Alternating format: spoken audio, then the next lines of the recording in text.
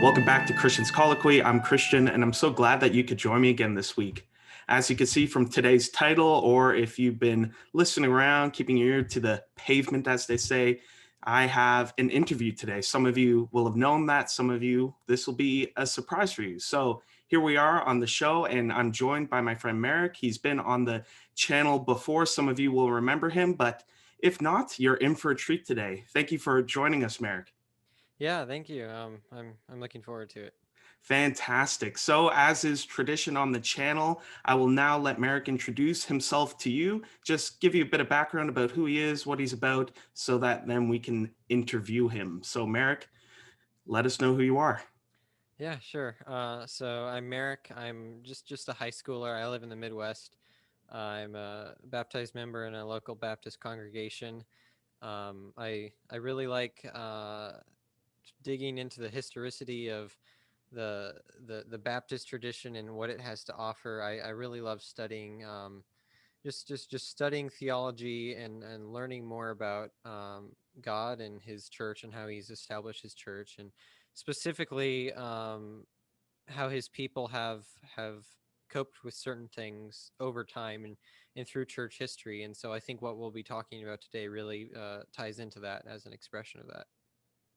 Fantastic. That's good stuff. And I've mentioned it before. It's been on the channel before. Marek has a blog that is really good stuff. I've shared some of those articles. I read them, enjoyed them. There will be a link to that down below. Marek is a wonderful guy, a great Christian young man. I look forward to watching him put out more material and being more active. So he's definitely one you want to keep your eye on if you're interested in Christian history, apologetics, and devotional life, all that kind of stuff. So Marek, thanks again for being on. We have a interesting conversation lined up, and I think we could just dive in. As people will again see, I know in the title it's pretty obvious what we're talking about. We're talking about hymnody. That's an interesting term. It comes up a lot on the channel. Some people will know it from their church lives, but we're going to dig into hymnody a little bit, but then really talk about one hymn, a hymn that has been influential in your life over the past year, especially with everything going on. But before we get there, let's just dive in, and I'm going to ask the question. You could say whatever you like, but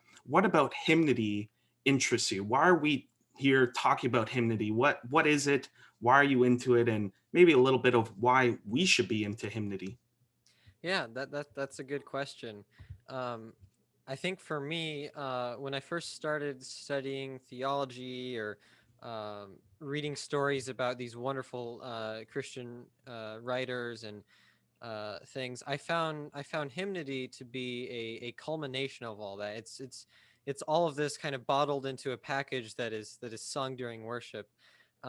So I would say what we have in hymns is almost the culmination of all these poetic achievements and brilliant music, which, as we know, music is something that really, uh, both music and art, really reflect the culture that it was written in.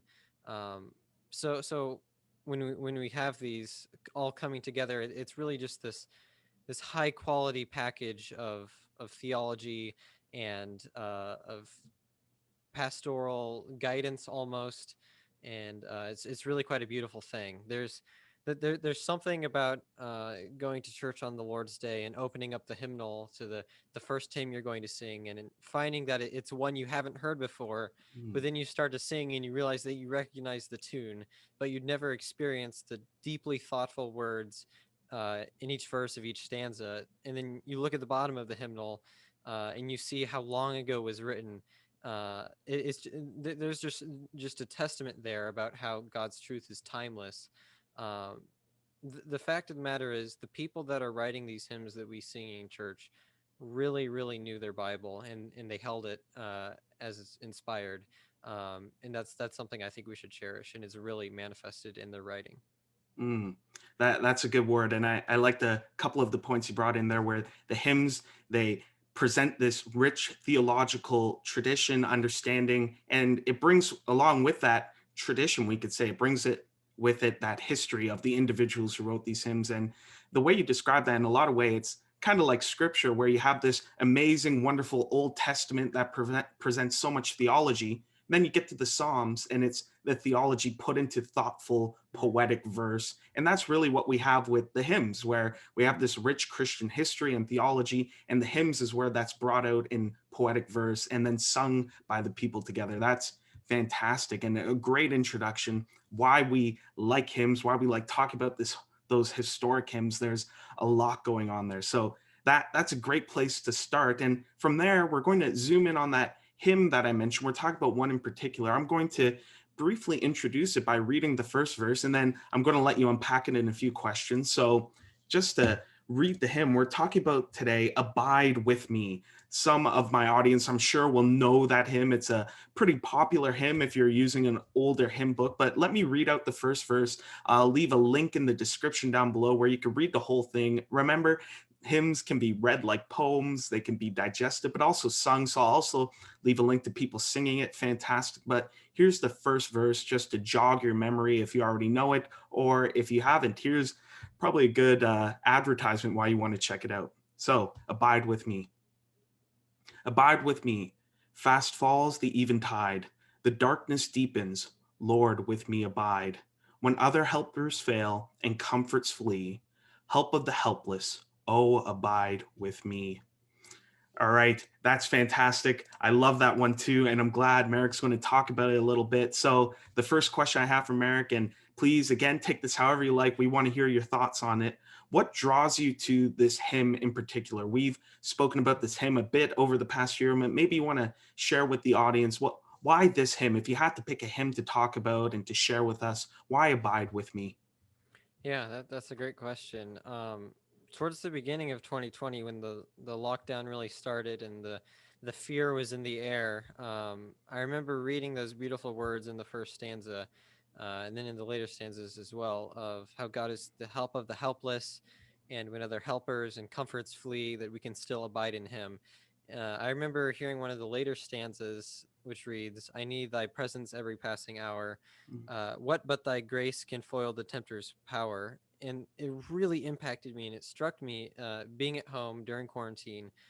I realized how easy it could be to simply fall into sadness with what's going on in the world. But realizing that every hour I needed to be continually abiding in God's presence, it really struck me. And to realize that someone else had, you know, many, a very long time ago, or what feels like a long time ago, had written about the same thing. It was really impacting the comfort that can be received from reading another Christian's writings about how they found solace in God and His promises. It truly is, it's priceless. To be able to know that God's promises of comfort to His people uh, are true. Not that I was having issue doubting them, but uh, these hymns and these writings, which, as you mentioned, this was originally a poem. Not Mm, necessarily, it wasn't put to a tune until after the writer Henry Light was passed away, which comes into the history. I'll mention in a little bit. But to have evidence of that by reading Hymnody, it in not only reading it but singing it in your congregation with the people you love right by your side, mm. it's truly a wonderful experience. Right on. Amen. And maybe let's talk a little bit about that, where there's sort of, you talk about this hymn, how it got you through hard times, but you mentioned there was this sort of discovery on your own, but then there's also singing it with the church. And those are two ways that perhaps the hymn is encouraging. So maybe you want to spell that out a little bit. Why would singing a hymn or reading a hymn or whatever we're doing on our own, how do we approach that? Is it weird to just pick up a hymn book and read it, or is that something you'll do? And maybe you want to talk about that a little bit. I know a lot of Christians understand singing together as a church, but how do hymns fit into your own reading personally alone at home? Is that something Good you do? question. Yeah. Yeah, that's definitely something I do. I read my hymnal very often.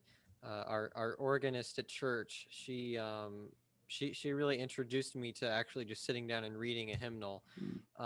She loves to read her hymnal. She loves to talk about it, uh, and we were just talking about some things going on in our lives, and it was just such a comfort to know that not only am I reading the same hymns that people wrote hundreds of years ago, that we're dealing with hard things, but I'm also reading the same hymns that people in my church are reading, that people that can comfort me and share their experiences with me are reading.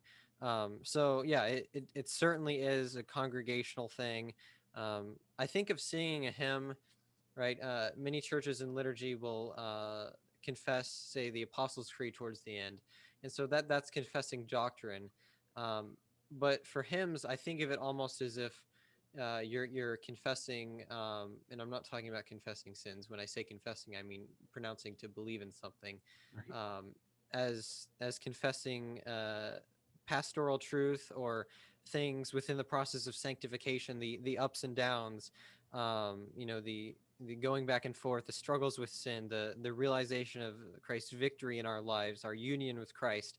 I view it sort of like that. So yeah, hymnals are definitely something that um, should be read, especially in light of realizing that a lot of the hymns we have today were originally penned as just poems, and that goes back to your episode on Cooper.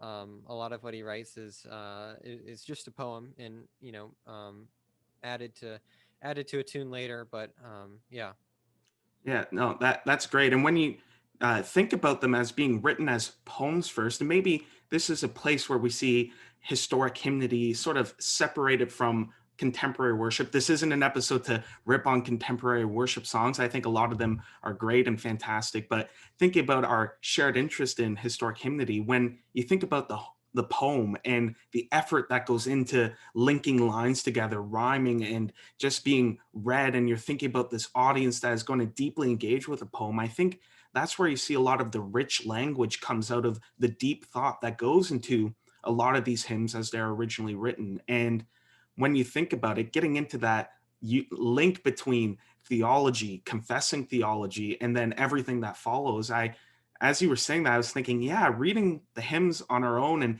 getting to know different older hymns and reading these hymn books, how learning a lot of this language helps in our prayer lives and how we confess the faith as we get new, well thought out words and phrases to say that encapsulate so much of our theology. So I think that's definitely a fantastic project to be on. And there is that connection not only with the church today, but also the church in the past. So you mentioned something there. I know you like reading the hymns and you're interested in Abide With Me and other hymns. You mentioned hymn books. What kind of hymn books are you into? Sorry, that wasn't a question I had for you, but it just came yeah, to mind. Yeah, yeah. That's a good question. Just back to what you said real quickly. yeah, You mentioned how historic hymnody, a lot of these hymns, when you think about them, they're not really. A lot of them weren't originally intended to be sung in congregations. mm, When we think about Cooper's poetry, or even myself as someone who has written poetry, it's not been something I've said, okay, I'm going to write this and it's going to be something that's going to be sung in churches. And I'm sure that's not what Cooper was thinking. Maybe he was, I don't know. But when he's having this deep depression and he's writing what he is, that's not what's going through his head. And so off the bat, you would think, well, if the person wasn't even intending me to sing this in church, maybe it wouldn't be the most applicable. But I would say it's the very reason that they weren't intending for us to sing it, but that it was out of their own sorrow and their own realization of the Lord's presence in their life and their necessity of abiding in Him, like with the hymn we're talking about, that we can really connect. So we don't need the person to have specifically written it to be sung in congregations throughout the world to be able to connect. It's in those most intimate and connected moments with their feelings that we can really connect. But in regards to what you said about hymnals, I a couple months ago I was at church on the Lord's Day. And my pastor came up to me and he showed me this hymnal that was inherited to his wife, and it was in, I believe, an 1891 Methodist Episcopal hymnal, and it was just so amazing to see it and to read it. To think about the scenarios of, okay, 100 years ago someone is singing hymns from here, and to run those scenarios in my head of the songs or the hymns they're singing now might have been considered contemporary back Mm, then, but we could sing the same hymns today in our church, and we did, and we would consider them a little bit older, or at the very least, certainly not contemporary. And that just kind of demonstrated to me the timelessness of God's truth, which is manifest in hymnody. mm. That's a great word where these reflections, though we might have a different vocabulary today to some extent, we're speaking about the same scripture, the same God, and the same truth and history that He's worked out. And there's a power in that connection. I think that's why a lot of people, well, a lot of people, why, yeah, some people really find history so interesting, how history connects to us today. And in the future, people look back on us as historical figures or historical movements. And it's also very interesting how God is at work throughout history. So that's great. And I think that what we mentioned before, what you were talking about a little bit, where definitely some of those hymns started as inward sort of personal reflections being expressed on page. And I know some hymns were also written for the congregation. That's why there's a lot of style. And in between, we see how some hymns and some poems, when they were originally written, they were for just writing, it was poetry. And then when they become a hymn, some verses are moved around, shifted around just to make it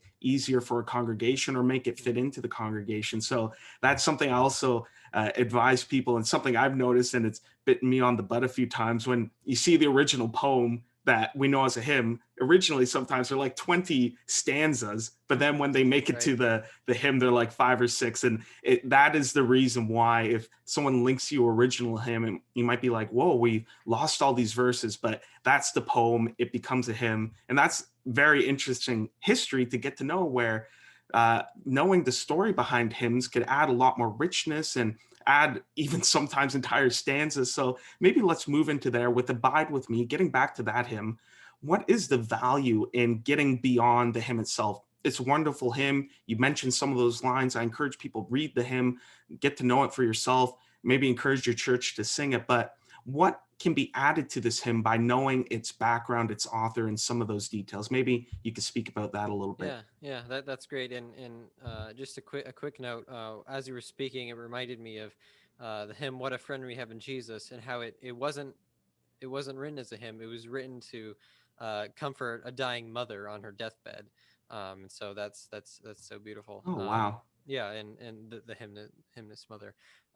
In regards to "Abide with Me," so it was written by a man named Henry Light. He was a Church of England member for his whole life. He was the vicar at a very poor parish in a fishing town, and his body was failing because of asthma and tuberculosis.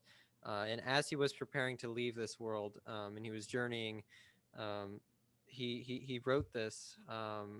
He wrote this shortly before his last sermon on a Sunday, and it's been said that that last Sunday he almost had to crawl to the pulpit, um, which was very emotional for him. But at the same time, I think I remember reading about his sermon he shared, and it was just the most beautiful Christ-centered gospel presentation. Um, so yeah, learning about that can really shed light into what's going on. He's writing because his body is failing him. He wrote another hymn titled "Praise My Soul, the King of Heaven," where he writes, "Father, like He tends and spares us. Well, our feeble frame He knows us. In His hands He gently bears us, rescues us from all our foes." And when I did a little bit of study, starting off studying Abide with Me, um, I, I read about Light, and it was very interesting. I learned that his father was he was more interested in fishing than taking care of his family, and how his father had left his family, and that really impacted Henry. And so, as someone whose earthly father is deceased and was never a part of my life, just learning that gives the extra meaning to that first verse, "Father, like He tends us," right? Mm, Realizing that as Light was penning this poem, undoubtedly I know as someone that doesn't have a father, I know undoubtedly that was going through his mind. So it gives so much depth and ability to ability to connect with and relate to another person, and it's quite beautiful. Not only are we getting the sympathy from the hymnist, the hymn writer, and of course they're not thinking of us, but I'm sure for the people that did write hymns, for congregations. They were thinking about how it would be sung in congregations. Not only do we get that, but we get their writings from when they themselves were in times of trouble and distress. And I think that is what's really beautiful. Mm, that was really good. Thank you for sharing that. And I think that your testimony and thinking about the author here, that really presents us how so often when we're reading words or singing words, we just take on the tone of whatever we're feeling. And so often in Christian worship, the tone is celebratory, it's triumphant, and I think that's great and fantastic. But as you mentioned, if you think about a hymn and realize that a man is dying and he's writing this as he prepares for death, that could certainly bring other emotions out and bring us into sympathy where we're thinking about those low points where the person not had comfort because everything was going great and they saw God working in great and spectacular ways, but it comes from a place of knowing they'd be going to him soon and they're ministering in a congregation. So, and that's true with so many of the hymns where it adds so much texture, we could say, to the words we're singing when we know, oh, it's not just written to be catchy or it's not just written to rhyme. And of course, they often are catchy and they often do rhyme. And that's a wonderful aspect of the hymns where it was so that people, a lot of them could sing them easily. But it's also that was a real person reflecting their real thoughts, their real journey with God. And that's something we can relate to in different ways, or we can be encouraged by or be drawn into remembrance by. And that's a fantastic thing. And as you were saying that, got me thinking about the Psalms, how often we'll skip it when we're reading it, but that little subscript that a lot of Psalms have where it mentions, oh, when David was here, or when David was doing this, or the sons of Korah doing that, or this and that, where even in scripture, we see this importance given to context sometimes where that shapes the way a psalm is read. And that could be true of the hymns. That could shape the way we read a hymn. So thank you for sharing that. And maybe jumping out from there a little bit. And again, this is just a question that popped into my head as we're singing these hymns or as we're reading these hymns and we're thinking about the authors. I know, pragmatically speaking, perhaps for a lot of, I know a lot of our friends, I know we've talked about it a few times, but for a lot of young men considering pastoral ministry, reading about the hymns and their authors, that's a great place to find sermon illustrations or introductions where you'll find these great, amazing Christian heroes and stories. But I think for a lot of people, as you mentioned, learning a bit about the author, that led you to read about his sermon before his death and learn a bit about his life and biography.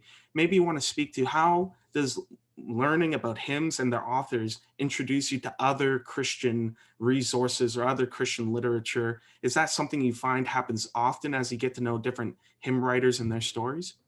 Yeah, that's great. Christian, I remember the week you uploaded your fifth episode on Cooper. It was a Monday, I believe, and the previous day, the Lord's Day, we had just sang "There Is a Fountain," and my Mm, pastor had read an excerpt from Kenneth Osbeck's 101's hymn stories. And so my pastor just kind of talked about Cooper's depression and his befriending Newton and other things. And so I just remember watching your video and saying, hey, I should really study these hymns that I sing at church. And so that really is really what set me really into studying it. And so I started studying Cooper some more. Um, and that just sent me into this whole, I don't know if I want to say rabbit hole, but I really got delve into study of depression and loneliness. And I really I started studying Spurgeon and his own depression. mm, That led me to really study Spurgeon a whole lot, and that was extremely edifying. And so yeah, starting off reading hymnody, every time I go to church and we sing a hymn that I haven't heard before, um, I go home and I research that hymn and the person that write it. And of course, I am let down because I realize it's just an alias of Fanny Crosby. No, I'm kidding. But it introduces you not only to the person that wrote the hymn, but also to the theological context in which they mm. wrote it.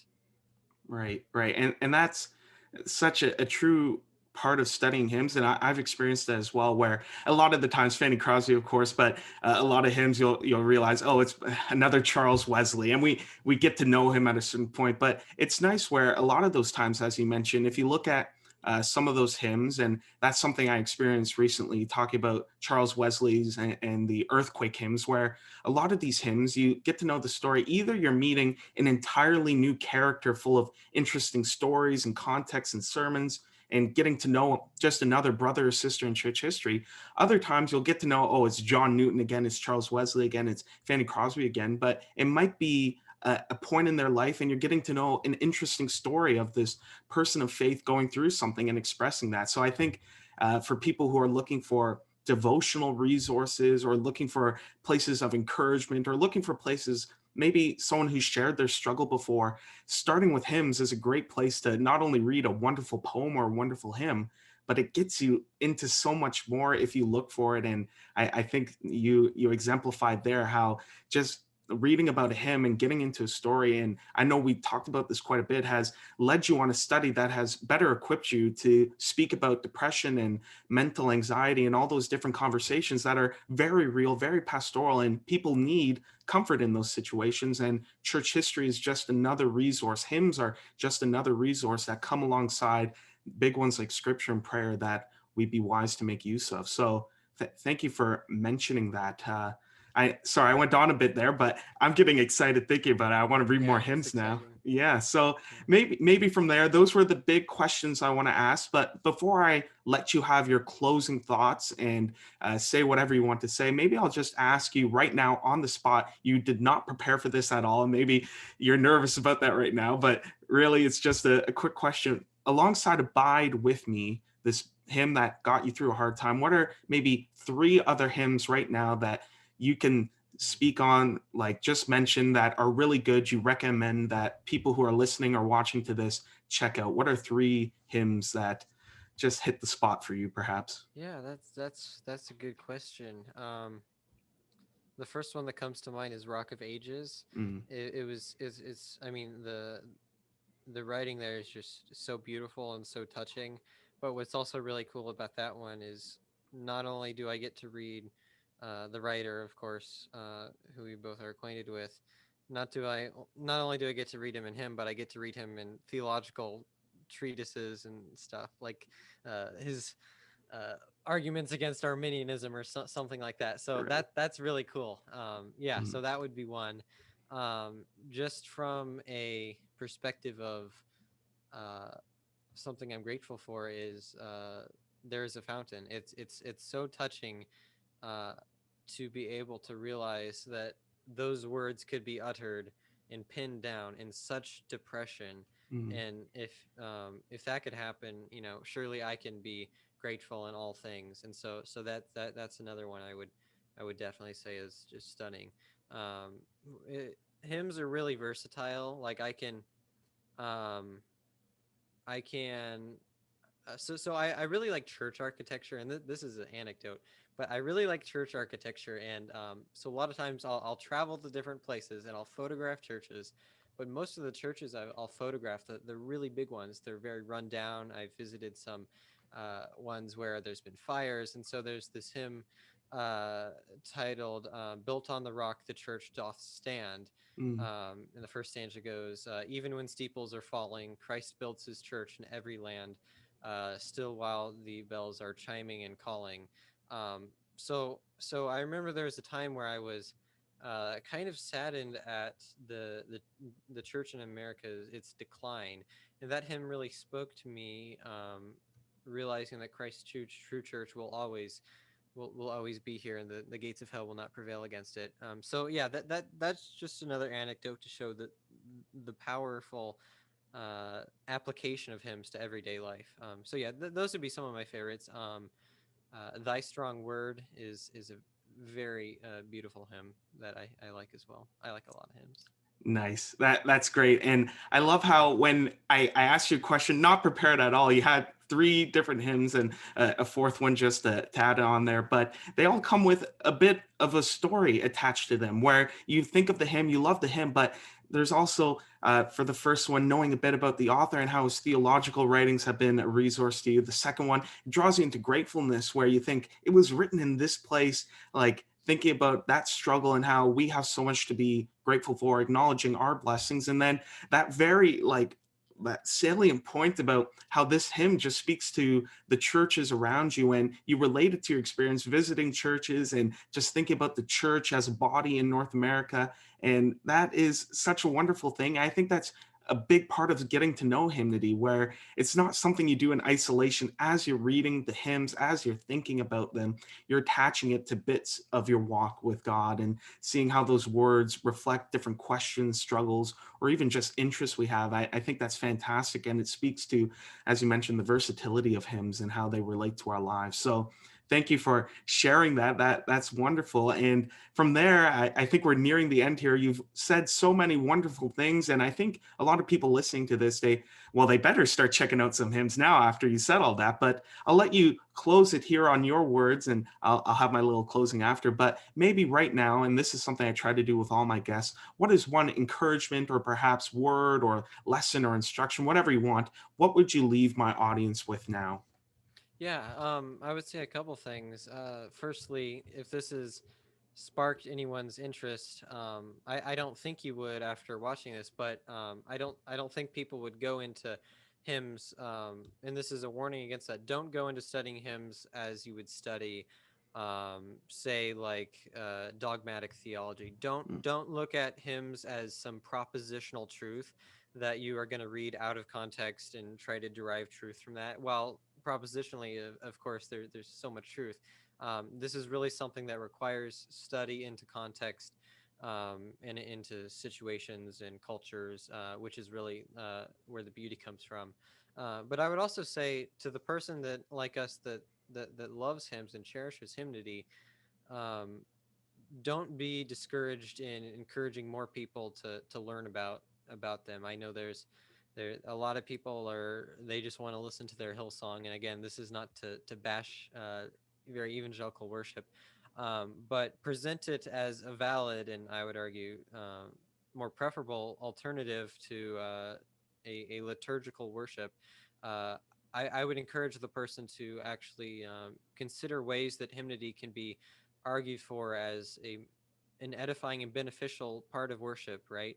Uh, how it brings people together in song, how it uh, stories can be brought together, and how everyone can experience what's going on when you're singing this, and how you can discuss. Oh, well, that stanza really stuck out to me during service. Oh yeah, that was great. I'm so glad we could talk about that stanza over lunch. So yeah, it's really a communal thing, and it really gets to the heart of Christian sanctification.